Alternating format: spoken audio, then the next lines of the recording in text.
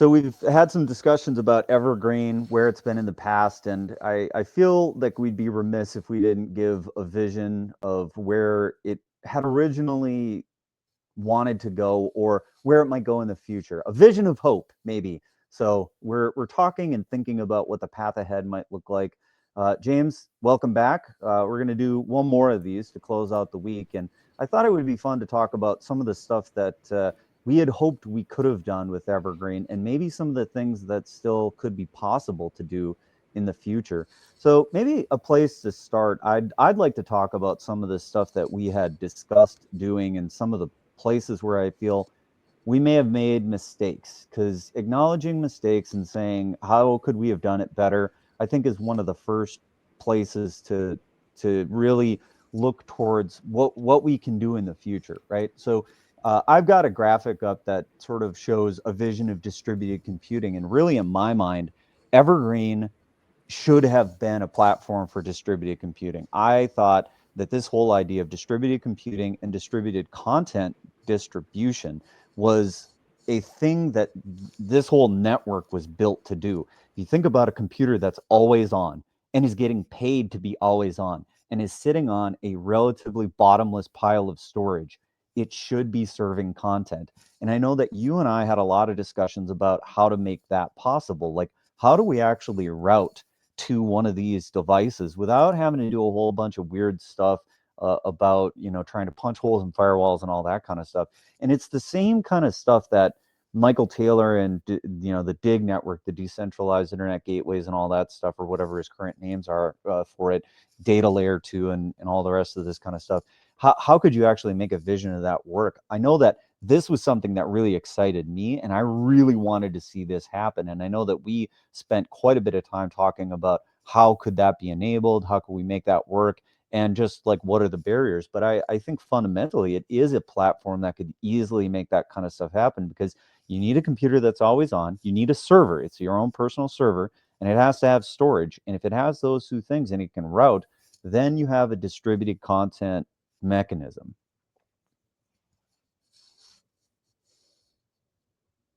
What do you think, James? That was kind of a prompt for you. It's like, your thoughts on that. I didn't click on mute quick enough. Um, no, exactly. It was always a platform for people to host and own and be able to distribute their own content. In addition to that, I know one of the early things we talked about doing was, getting apps and other kind of third-party plugins running on it. So your Evergreen could also be your pie hole, and you could use it to filter ads and help keep your network safe. And we envisioned the device doing a lot more than just mining Chia. There's so much more you can do with a device that, as Grant said, has tons of storage overhead, but also has tons of CPU and compute overhead on it as well, as the default resources we were running just weren't taking up the system resources. I remember Plex was one of the things that we talked about a lot. Yes, Plex would have been a very great one to get going. If for anybody who doesn't know what that is, Plex is like your home media server. So if you put a movie on a Plex server, then you can watch it from your TV. And so the correct way of doing that, the legal route, is you take your DVDs and your Blu-rays and you put them into, some sort of a scanner in your computer, and you burn them to MP4s or MKVs, and then you upload those to Plex, and then you can actually share your content. I think it is pretty widely used for torrented content as well, but it's a home media server that you get to host, own, and control who gets to access your content. I've been using Plex, man, I don't know, probably since the beginning now. I think I bought one of their lifetime, Plex passes years ago. Yeah. So Yeah.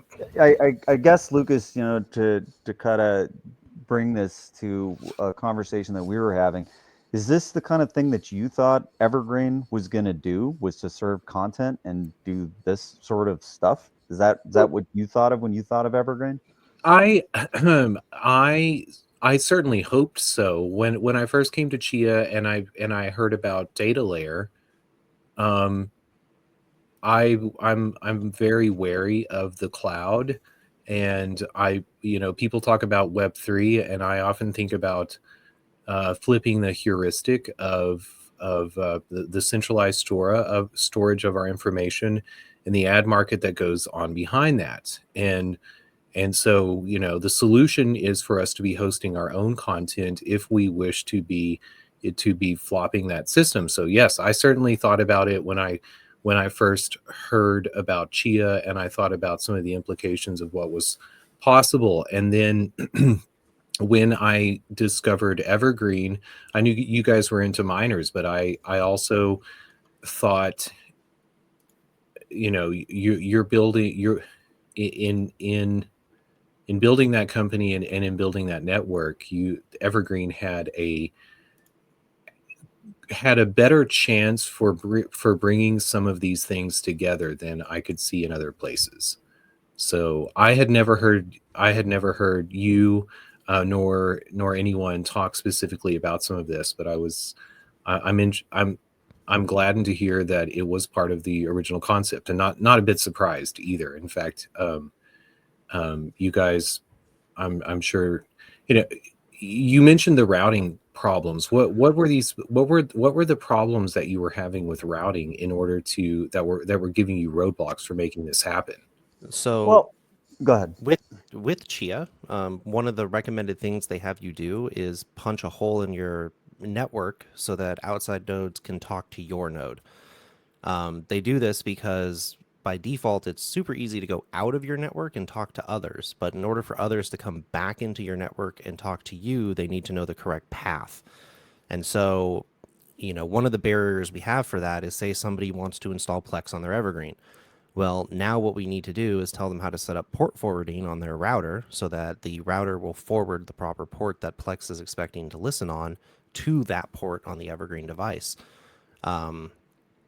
This kind of carries over into any kind of hosted media. Websites need to have their addresses routed to them, et cetera, et cetera. There is technology that you can use to kind of punch these holes yourself, UPnP. We found it to be very unreliable, and so you can't really rely on using UPnP, punching that hole into the person's router, and then expecting to have access.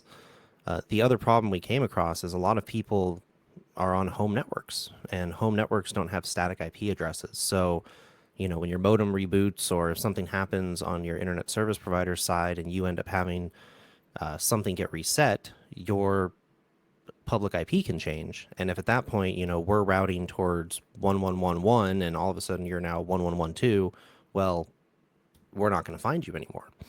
So we did talk about a bunch of kind of clever solutions, but we need to find something that's more decentralized. I think the best centralized solution we found was basically having it so that you could tell your device, here's the address I want it to be at. That hooks up to some central server. All requests go to that central server, and it knows which devices to pass them back down to downstream through like a WebSocket or some sort of other tunnel. And this route is the route that a lot of systems like this take, because this problem is so hard and so relatively insurmountable that you just end up punting and not solving it, and solving it by saying, well, we're going to have some centralized part and that's how this is all going to work. And then that centralized thing becomes the pinch point. So we kept trying to think about a way to do it without that, or like to allow for some kind of registration or like hacking of DNS. We just thought of like lots of different things. And then I know we started thinking about some of the technology that was being dabbled with by the rest of the Chia community, things that would become like Tang Talk wireless. Like we dabbled in some of that stuff, tried to mess around with it, but yeah, it was always something that we thought of. And also when we were thinking about streaming music and we heard that, the artists on Spotify are only getting like 1 cent, for some amount of, relatively unreasonable streams. I think that there was a famous post from Snoop Dogg where he said, I did like 1 million streams and I got less than $1,000, and just was, gassed at how little he was getting. You can think about something like a network similar to this distributing copyrighted information, and you could conceive of doing that and do it much cheaper and do it in a decentralized fashion. and then you can no longer have to rely on something like Spotify to distribute your content. I think that there is a future for this kind of stuff. And it starts with, just going back to the real old days of the internet where people just had personal web pages. Personal web pages was something that we thought about a lot, just like how do you just publish some own content that you want. And so, any sort of a decentralized internet or decentralized computing system needs storage. And so this type of idea that we had with Evergreen, this bottomless storage sitting next to an always on computer, is the hotbed for doing this kind of stuff. And it extends even beyond content. Think about things like what CircuitDAO is building. CircuitDAO is building this collateralized stablecoin, but one of the things that they need is an oracle. And so either you're going to have a centralized oracle, or you could have a decentralized oracle that runs on a lot of machines and then comes to a consensus about what price should be. An oracle system could easily run on something like an Evergreen. And so if it's on top of Chia and it's already got, a full node sitting next to it, which I think was another one of the things we should have done from day one. We really should have made every single Evergreen a full node. If we'd have just packed that SSD on top of it so that each unit could run a full node, man, then they would have been much more standalone. They wouldn't have had, some kind of a centralized thing that they were dependent on, and they wouldn't have even needed a light farmer. We could have just run, some kind of a full node that we had created, one in Rust. You talk about some of the gives or the turns towards centralization in decision making, and was that one of the first? Is there any sort of a timeline of gives towards centralization that you had to make that you think about? I think the worst one for us is the use of Amazon as our distribution platform. Bleh. Yes, I agree. That was terrible. Not only was the tech terrible, but it just was so distasteful. It really was. And it's still probably the largest, I would say, security issue that the Evergreens have, is those deployments through Amazon are very powerful. You can do effectively whatever you want with the end user's device, which is not, really part of the crypto ethos. I think it's a little weird to try and sell someone a privacy-focused, device that you can farm crypto with, and it's going to connect to your wallet on your local network, and it's secure. And also we have remote SSH. It never sat right with me. And if you think about what it was really doing, right, it was a mechanism to distribute updates to the software, which is not fundamentally a really hard problem to solve. Like, you just have to make an update available somewhere and then tell the user that it's available for update, and then the machine has to be able to download it, unpack it, and install it. But the thing is there were definitely voices within Evergreen that said this all has to be under our control. And I really thought, and I really wanted it to be not in our control, but rather that it would have to be something that users would decide that they want to take. And it's like, if you get left behind and you don't take the new update, well, that's fine. The device will keep doing whatever it's doing, but it may not have some patches, bug fixes, or it may not have some new features, but that should be your choice. Like, it really ought to be the choice of the user, whether they upgrade. And if something happens and it doesn't keep working, well, then you should take the new update or update it yourself, because it's all open source. And everything should be opt-in. Yeah. Right now it's your auto opt-in to everything. Yeah. And speaking of open source, James, I know that you had some ideas for what the world could look like, even if some of the other things that are sort of boiling in the background don't happen. You have some thought of how you could enable people to run an operating system, a new operating system. Can you tell us a little bit about that? Like, what would that look like? Yeah, so pretty much when all of this kind of started falling apart with Evergreen, one of my biggest worries and fears was what's going to happen with the farmers, what's going to happen with the people who have been buying these devices from me for the past 2.5 years. So I started working on a new open source operating system that's designed to just be installed on top of the old Evergreen operating system.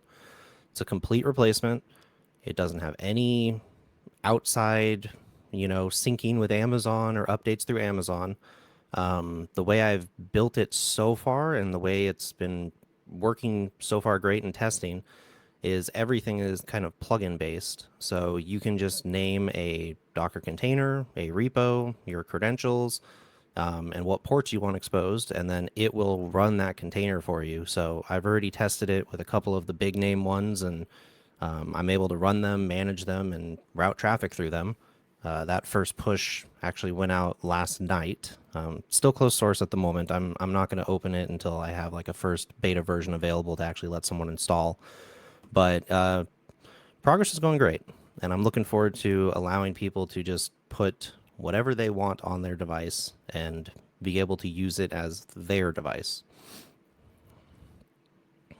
I know one of the inspirations that I had for how I thought a company that I looked to that I thought was doing things kind of right was Umbrel. I know that I looked at Umbrel a lot and tried to draw inspiration from it and say, these guys are kind of doing the right thing. And for a long time, Umbrel was software only. They didn't have a device. And that felt like the gap, because if you say, well, not only do you have to run all of this software and you might not have the expertise to do it easily, but you also have to get a device, get it plugged in, you got to get some storage hooked up to it. A lot of that is fairly difficult to do for the average user, and we were trying to make everything really easy.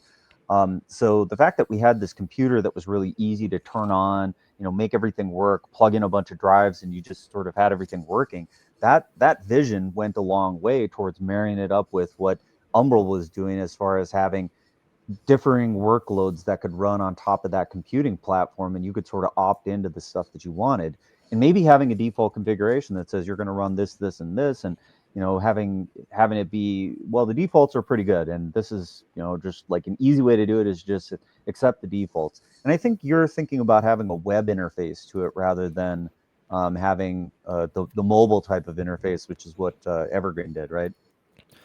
So I would love to eventually get to the mobile app interface. I'm personally not an app developer, so I haven't spent a whole bunch of time, in the iOS and Android world doing that. The web interface is going to be the first version I get up and running so people can connect to it over your local network. And we anticipate the web interface to be mobile compatible. So I see no reason you couldn't still control the device from your phone.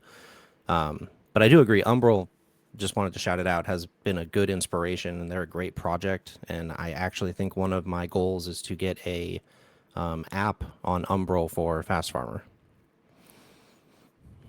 Very cool.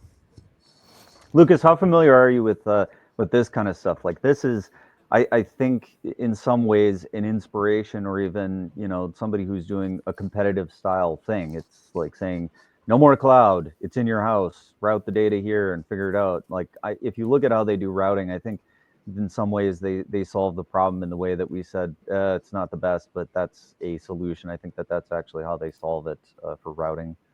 I'm not familiar with Umbrel at all. So are they using Bitcoin for routing, or Bitcoin is one of the top things that they support. I think Lightning Network too. It's like Umbrel sort of was a vision for how you could participate in crypto.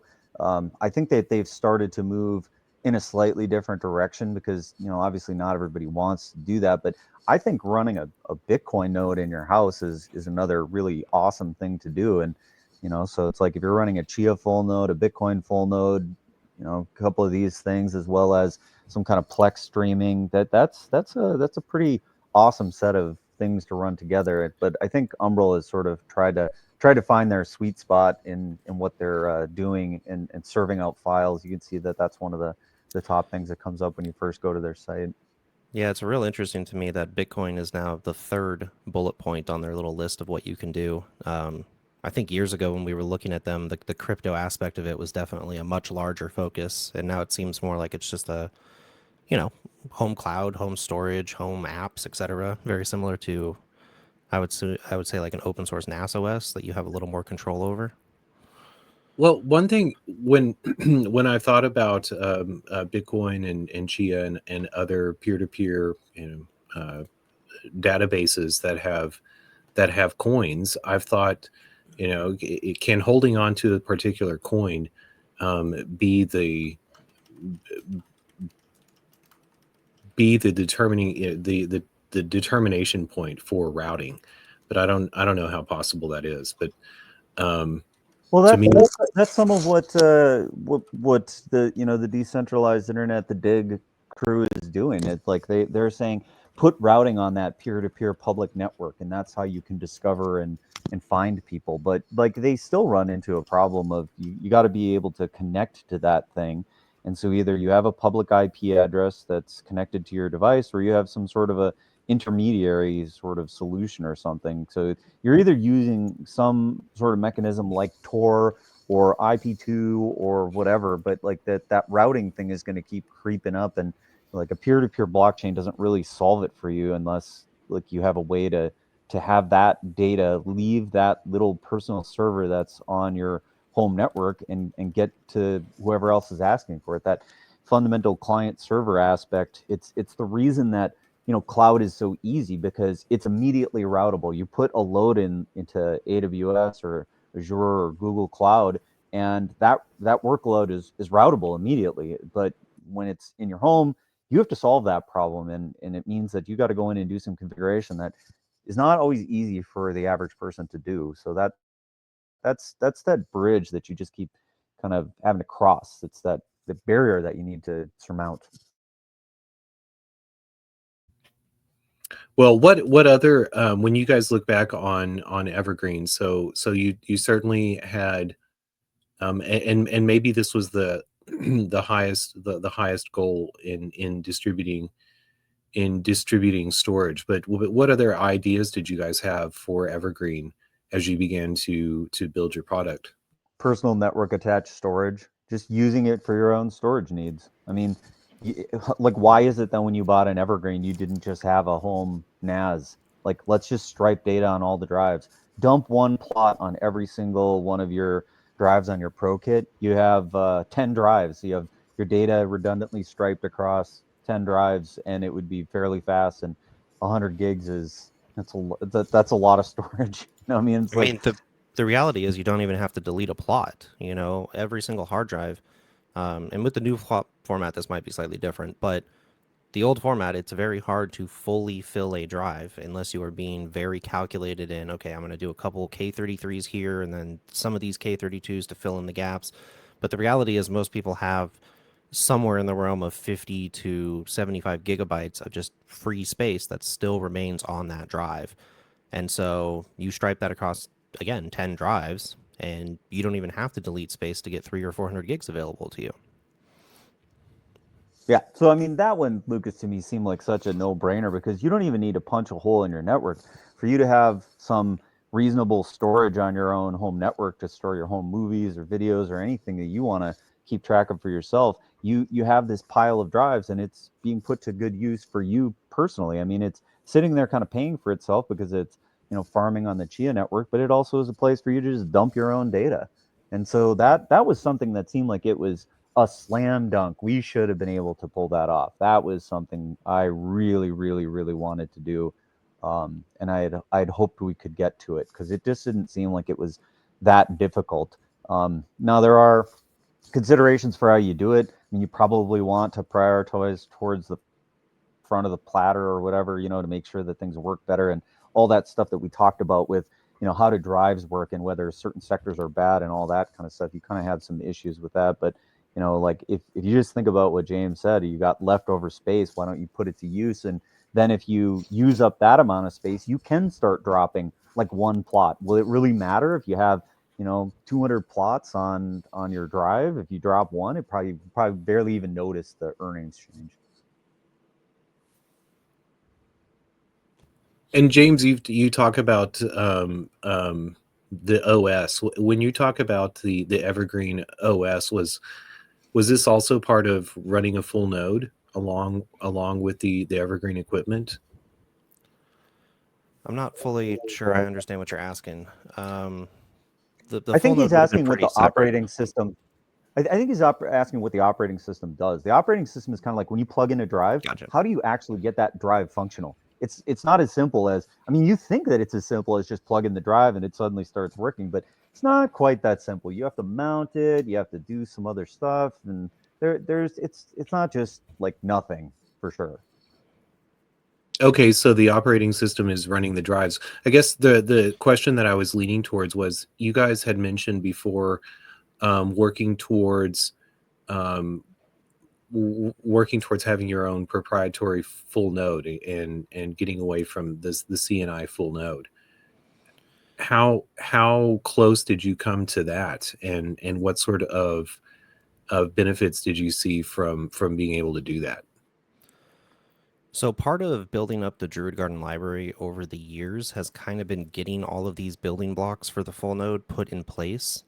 The full node basically touches every aspect of the Chia ecosystem, whereas like the farmer, it only touches a small part, and same with the harvester. And so the things that I have built out that are actually usable right now have given me building blocks for the full node, but there is still putting those blocks together to get it going. I have a private fork, on my home machine for node stuff that I've been playing with and working with. But I wanted to have a really solid HTTP and WebSocket library done first to properly be able to actually handle the node stuff. The existing Rust libraries that were out there are great, but they didn't quite work exactly how I needed them to for the full node throughput to work correctly. So I spent a whole bunch of time building my own HTTP framework. I've spent a whole bunch of time building up, my Chia library from the ground up. I think if I got to put, a decent amount of time in it, the full node could be finished within 6 months. But it's a very complicated piece of software, and you kind of can't test it's working until you can start talking to other nodes and playing with the blocks and making sure it's working.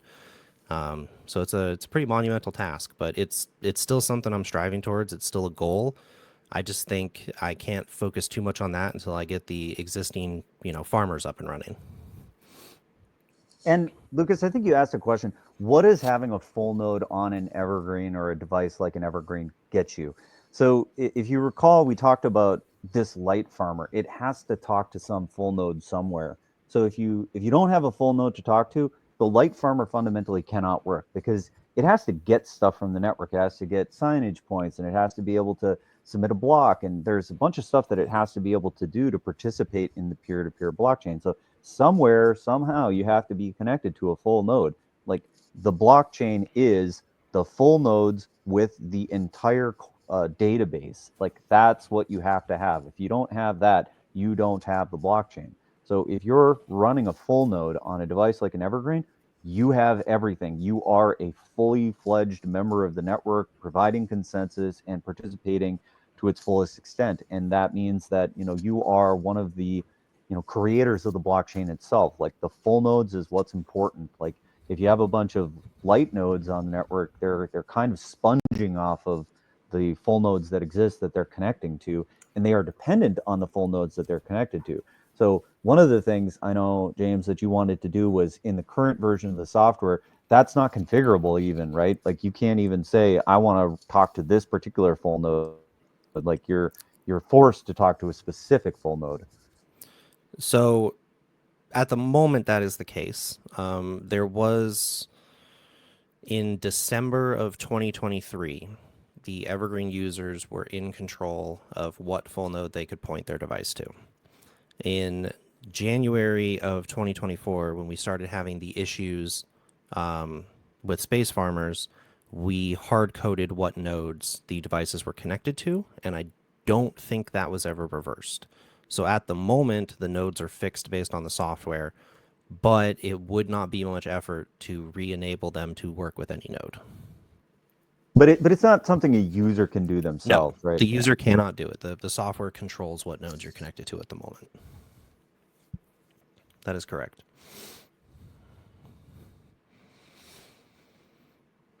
Which, not ideal. I think the user should be able to pick what community node, or if they're running a local full node, even better, let them point it to that local full node.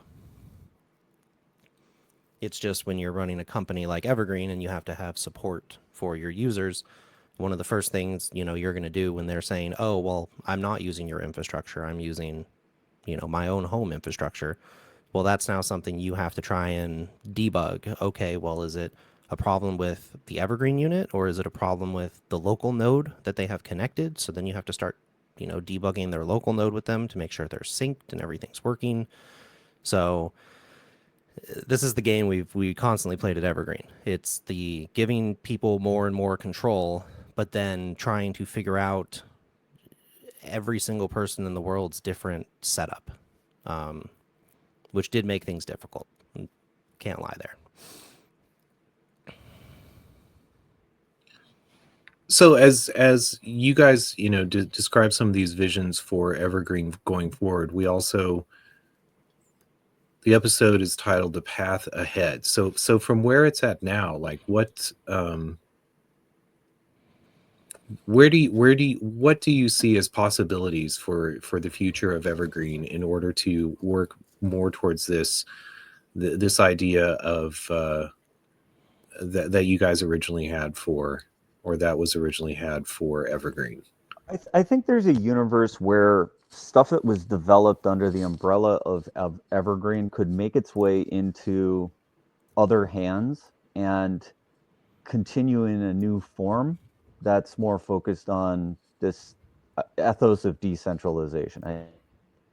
I think if that ends up being a possibility, and it's definitely something that I've been exploring and trying to see if there is a way to make that work. I guess if there's this message of hope, I don't want to talk too publicly about all the stuff that's going on in the background, and if eventually that ends up happening the way I hope it can happen, is that this will make its way into the hands of good custodians who are interested in doing the kind of stuff that James and I are talking about.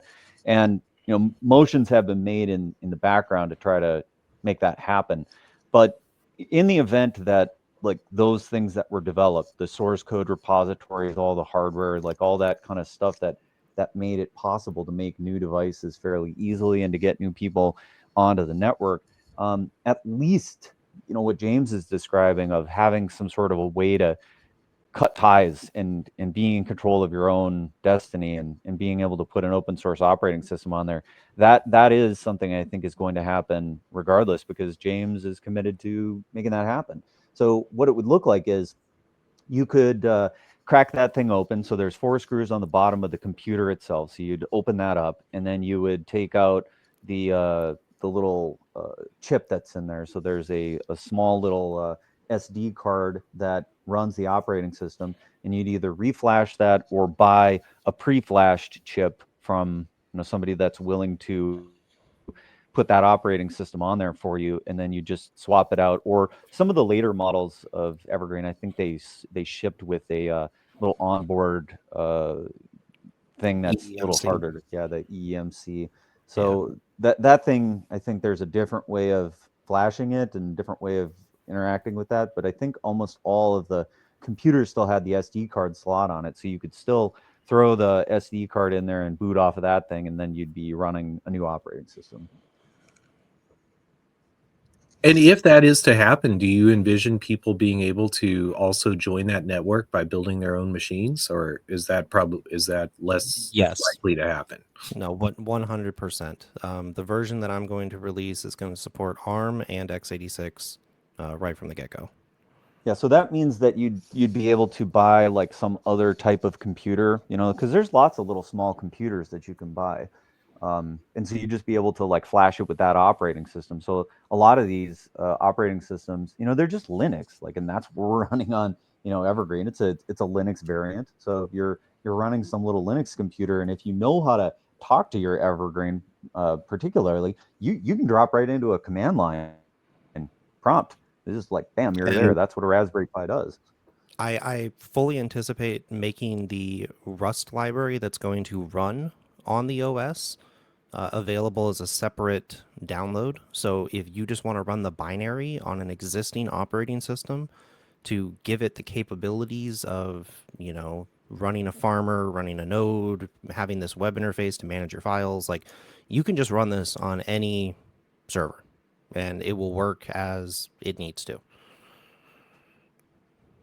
So you don't even have to do a full OS install. The goal is to, for people who have existing Raspberry Pis that they've set up and they've put custom config in, they can just download the Rust library and hit run, and now they have access to the OS running on their machine.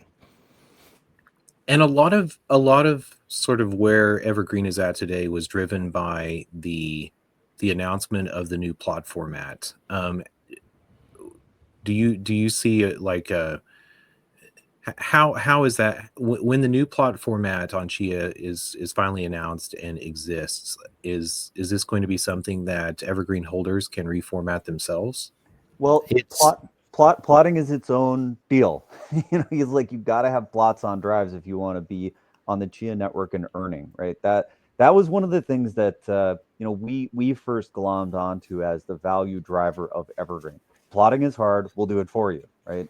And if there's a new plot format, it's going to get ushered in over time. I think Brams has spoken about this. Gene has spoken about this, like how they're planning on sort of phasing in the new plot format, and that your old plots are going to be supported for some substantive amount of time. And even when they're starting to be on the decline, you're going to get reduced earnings or whatever. And so it's not like the plots are going to stop working in a hard fashion in any near term time. But if you wanted to be on the new plot format, you need to somehow, by hook or by crook, get the existing plots deleted off of those drives and then put new plots on there. Now, I don't know, James, if you've got some thought of plotting drives for people still, but that's what would be required, Lucas. I do still have the capacity. Again, the Evergreen facility ran out of my house, and while Evergreen did take a large number of servers with them when they left, a large number of those servers were Galactechs owned. So we can plot people. I'm happy to figure out what that service would look like. But I also know I'm not the only one out there, and I would not say people would have to use me over anyone else. I believe like Digital Spaceport is still someone who is selling plots. Last I heard, I don't know if he still is, or if he's going to be involved with the new format, but I imagine there's going to be plenty of plotting services out there, and I hopefully will be able to offer one that is competitive to help out the Evergreen farmers. And if you have some sort of a symmetric connection, right? You have fast upload, download because you've got fiber in your home. Having some sort of a remote plotting service where somebody has a bank of GPUs and is plotting because they have access to super cheap power, and then you can download plots. There was a vision for doing that. Now at Evergreen, that always seemed fairly difficult to pull off because the requirements are like what I just said. If you don't have a really fast download and you don't have the ability to suck those plots down, you're going to have a hard time. But in the new world, plots are supposed to be a lot smaller, so that problem might be a little easier to fix as well. It's a weird problem still, though, because at the end of the day, you need to fill a 20 terabyte drive. And whether you fill that with 10,000 files or with 3 files, you're still downloading 20 terabytes. And so your connection speed has to be fast enough to put 20 terabytes on a drive in a reasonable time frame. And I think as it stands right now, though, still most people's home networks are not what I would call reasonable in that sense. Yeah, and it puts a load on the plotter if you think about it, right? So like if let's just say that we were to try to keep it really low and just trickle feed it in over the course of like a year, while somebody is downloading a plot, whoever plotted it for you has to keep that plot there. That was one of the things that when we worked with Akash, was really tricky problem to solve, because Akash, you could ask somebody to plot a bunch of Chia plots for you, but then you had to get them.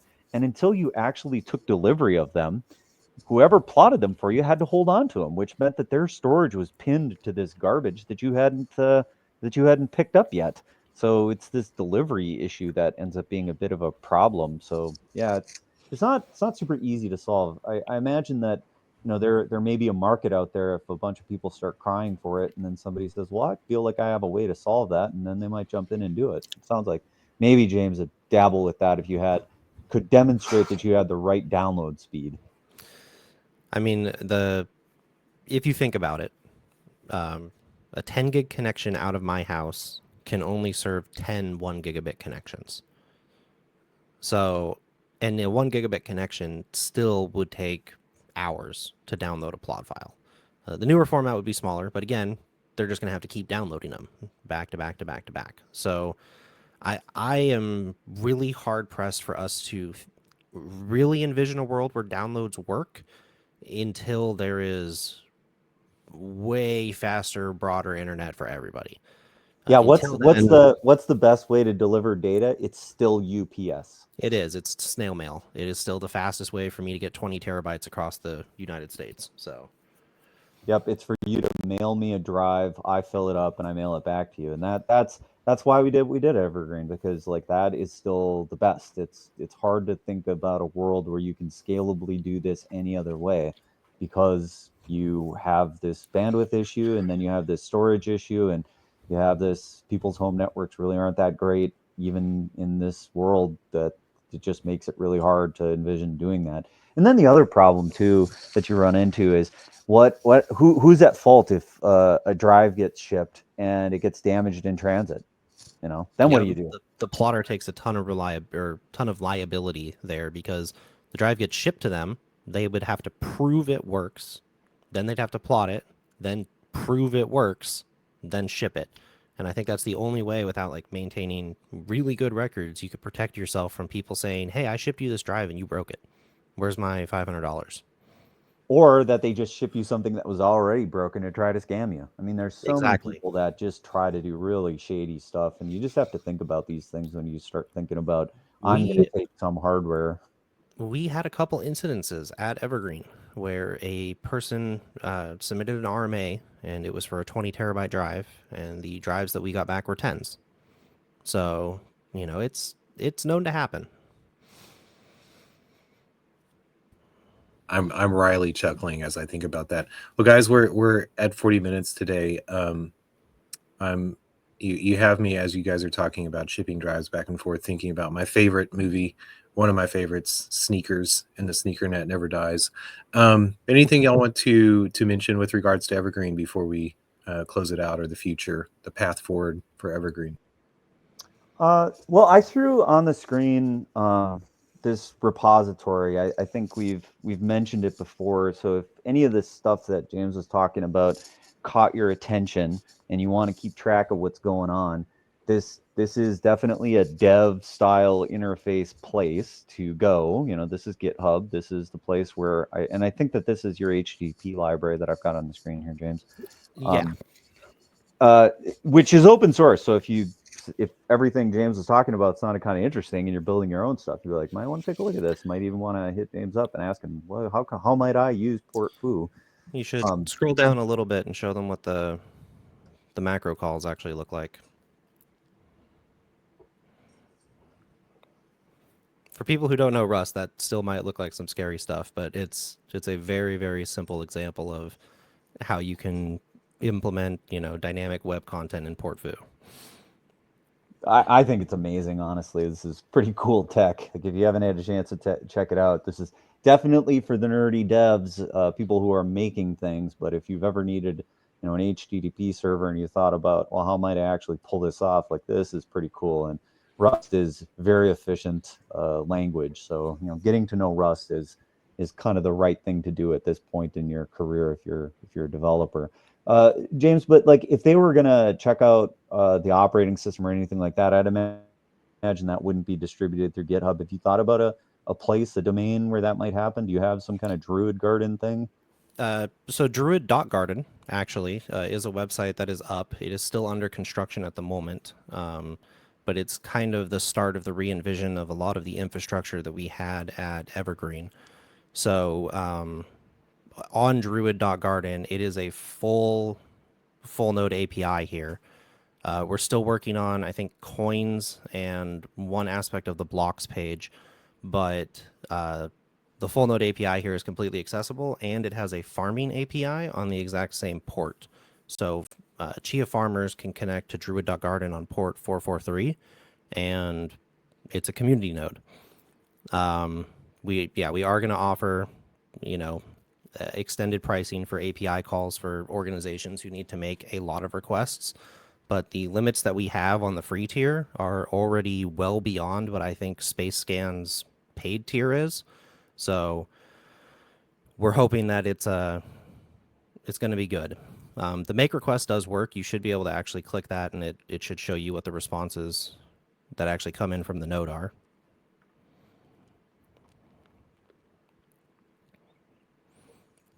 And so the library that runs this, I've shared it with a couple Chia community members internally at the moment. But it's a proxy gateway that's written in Rust that allows you to take multiple full node backends and join them up to a single, kind of front end proxy. It distributes, it load balances, it takes into account when nodes fall out of sync, and it'll move farmers over to the other one. This is how I currently use my farmers. It's been very reliable. I'm hoping to eventually make it a service that other people in the Chia community will want to use. And for anybody who doesn't really know like how blockchains work, there's kind of three main calls that you need. It's get blockchain state, get coin records by puzzle hashes, and push TX. Like you can almost do everything on Chia with those three calls. Like, yes, there's a lot of other stuff here that's kind of helpful and that makes things better, easier, whatever. But like those three calls really do a lot. You can almost do the entire client side with those three if you know what you're doing.